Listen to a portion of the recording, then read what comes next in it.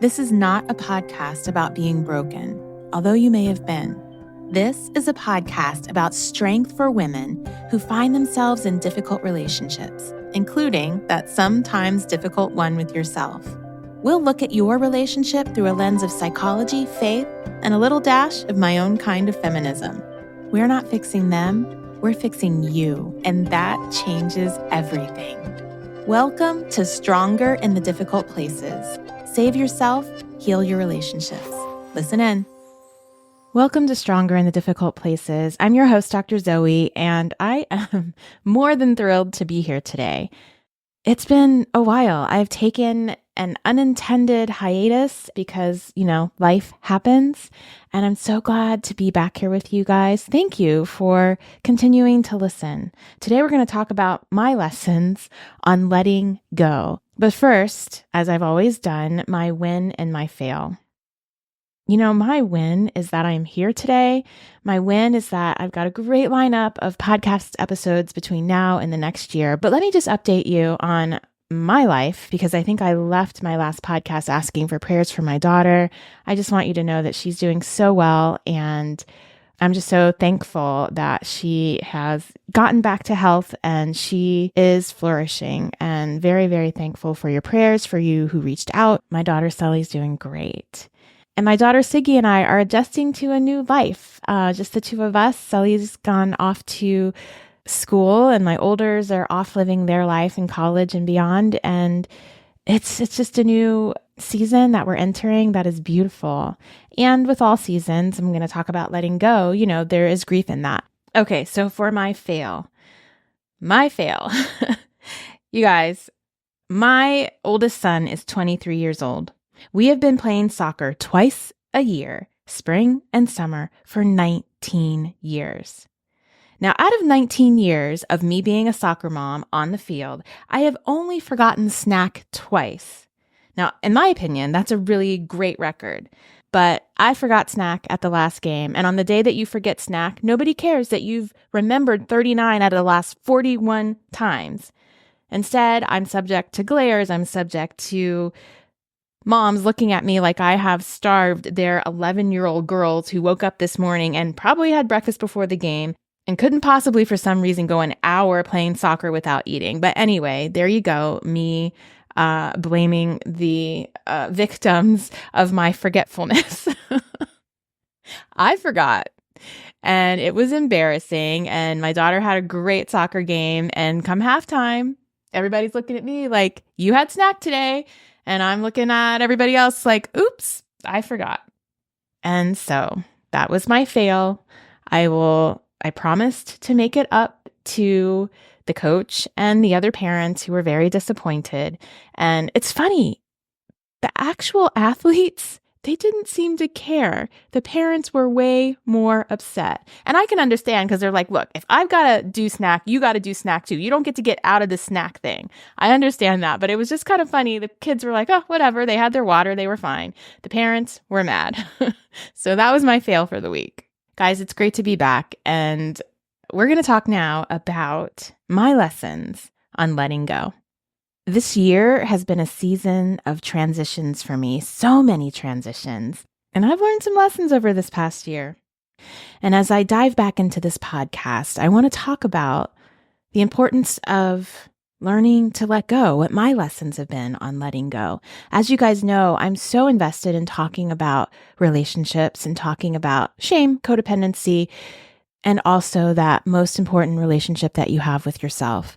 And I really truly believe that, part of having a healthy relationship with yourself is learning to let go of parts of yourself that no longer serve you. And so today I'm going to be talking about my lessons in letting go of perfect, letting go of changing other people, letting go of the benefits of youth, letting go of dreams, letting go of other people's opinions. And some of this might sound sad, but I'm going to address all of these one by one because it's actually the holding on that is sad. It's not the letting go. And so as I talk about letting go, which can sometimes be a hard pill to swallow, I want you to know that this is an encouraging, joyful, hopeful podcast about letting go. So let's first talk about letting go of perfect. Why is perfect so hard to let go when it's actually completely unattainable?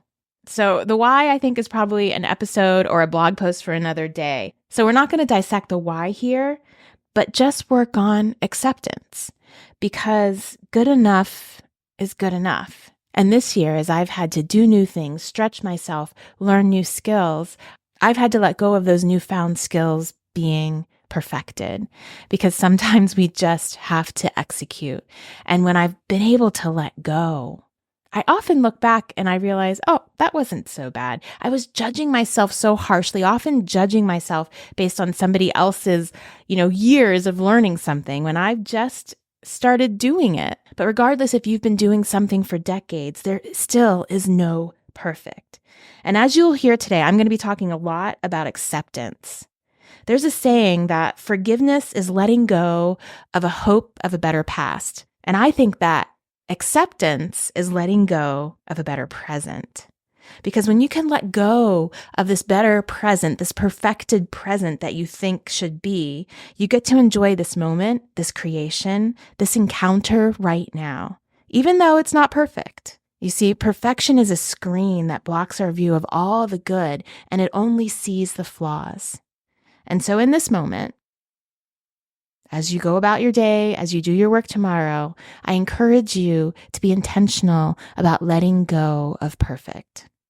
My next lesson is letting go of changing other people. Now, you guys know my mantra. We're not fixing them, we're fixing you, and that changes everything.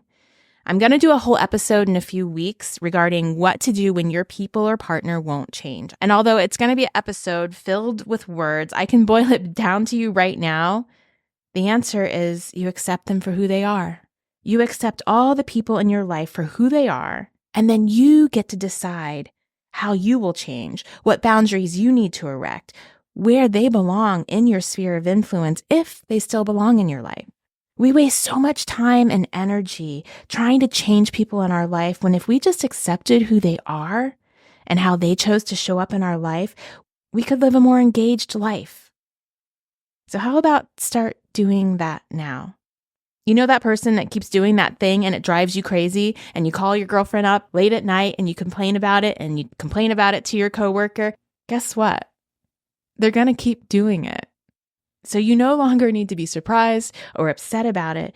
Just create new systems in your life to care for you and to keep you safe. You now have the permission to let go of changing them. My next lesson is letting go of the benefits of youth and instead embracing the benefits of a life well lived. I will confess to my vanity, something that we all have to an extent, but because of mine, honestly, it's getting harder and harder to go in front of a camera these days, because what I see is not myself as I know myself to be, but what I see is an older woman looking back at me on the screen. This year has wisdomed me. I don't think that's a word, but it's wisdomed me in the most beautiful of ways. And I am turning a half century old in February. And I'm so proud of that. And I'm also equally trepidatious. I'm making up these words today, guys. There's trepidation about the physical changes that I'm going to see in my body in this next half century of my life. And so, with those beautiful gifts of wisdom, and boy, are those gifts rich. Those gifts are so good. There's also some necessary letting go of the benefits of youth. And acceptance is actually a beautiful place when you stop fighting against it. And I'm not saying stop fighting against it in a I'm giving up kind of way and just letting myself go, I don't care. I am so about taking the very best care of my body, my mind, my psyche, the whole 9 yards. I am about that. I am not giving up on health and longevity by no means, but I am learning to let go of a body that doesn't gain weight, that has no aches and pains, that I can actually kind of abuse and it just keeps functioning well on me. I'm learning to let go of a spirit and a psyche that hasn't been injured. And I'm learning to love this new version of me that's frankly stronger, more powerful, more present, more determined, more grounded, and more purposeful. And I invite you to do the same, whatever age you are. My prayer is that as I continue to let go of what was and I grasp the present, this moment, that I will look back in a couple of decades at this young, almost 50-year-old, and I will smile at how little she knew and how far she has come. But I can only do that if I am willing to let go of some of the benefits of youth and embrace the benefits of a life well lived. My next lesson is in letting go of dreams. Now, as I said at the top of this episode, I don't want this to be sad. I really want this to be hopeful. And yet, these are things that need to be let go of so that we can experience the joy of life. And so I'm going to be vulnerable and tell you guys first the dreams that I have lost. But I'm only telling you that so that you can see how beautiful this place is now. So I've been ambitious since I started walking at 8 months old. I was like, I am done with this floor. I am getting up and doing this life thing. And when I was a little girl, I wanted to be Miss America, but I was not a pageant girl, and life took me on a different course. When I was an adolescent and I found myself in a crisis pregnancy, I dreamed of keeping my baby, but there was no real way to do that, and I had to place her for adoption. Another dream lost. Later, I dreamed of winning a gold medal in the Olympics.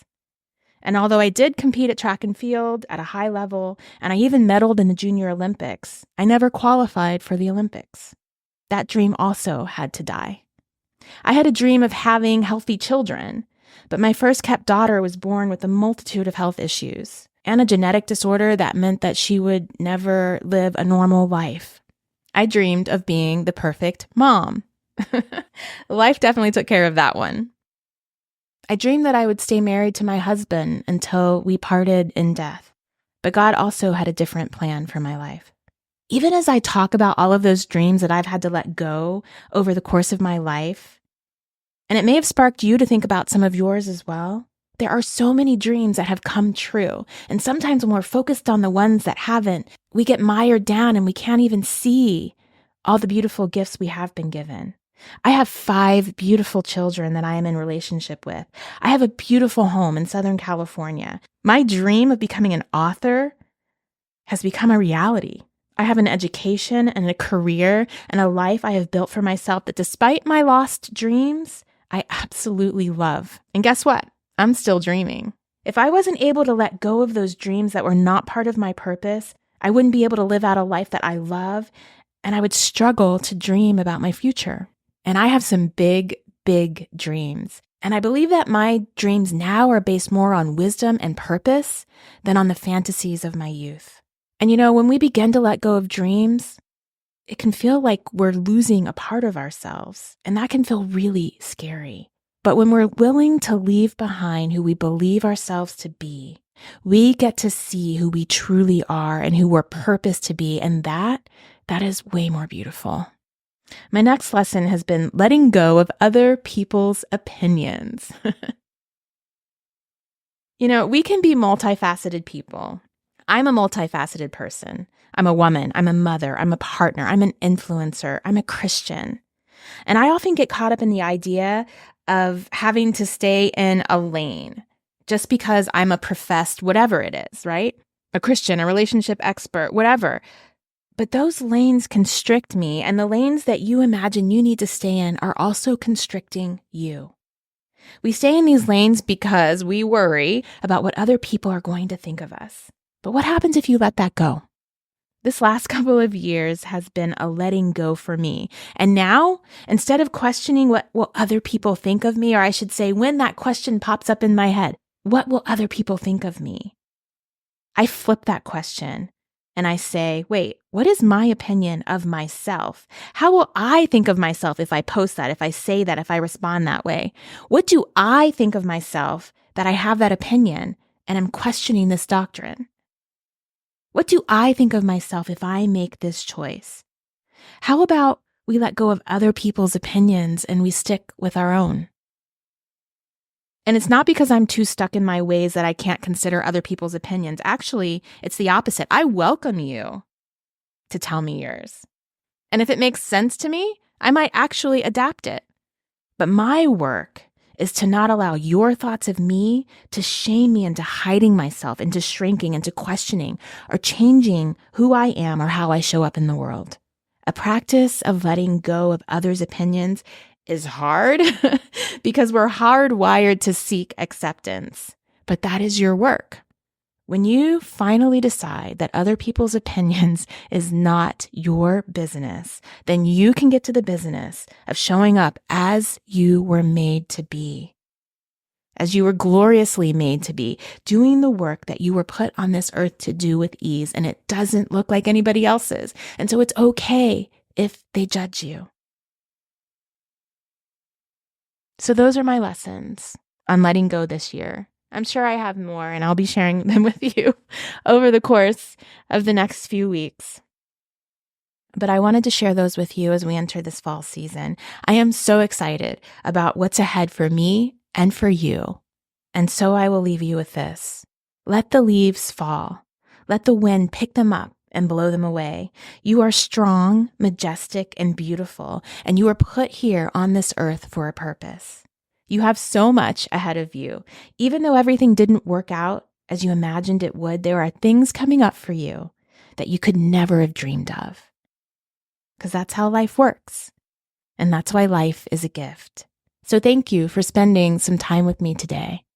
And I encourage you to let some things go. I'll see you next Tuesday.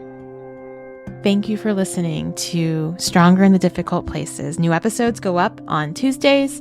Subscribe to my email list so that you can get some encouragement from me, and have a strong week. See you next week.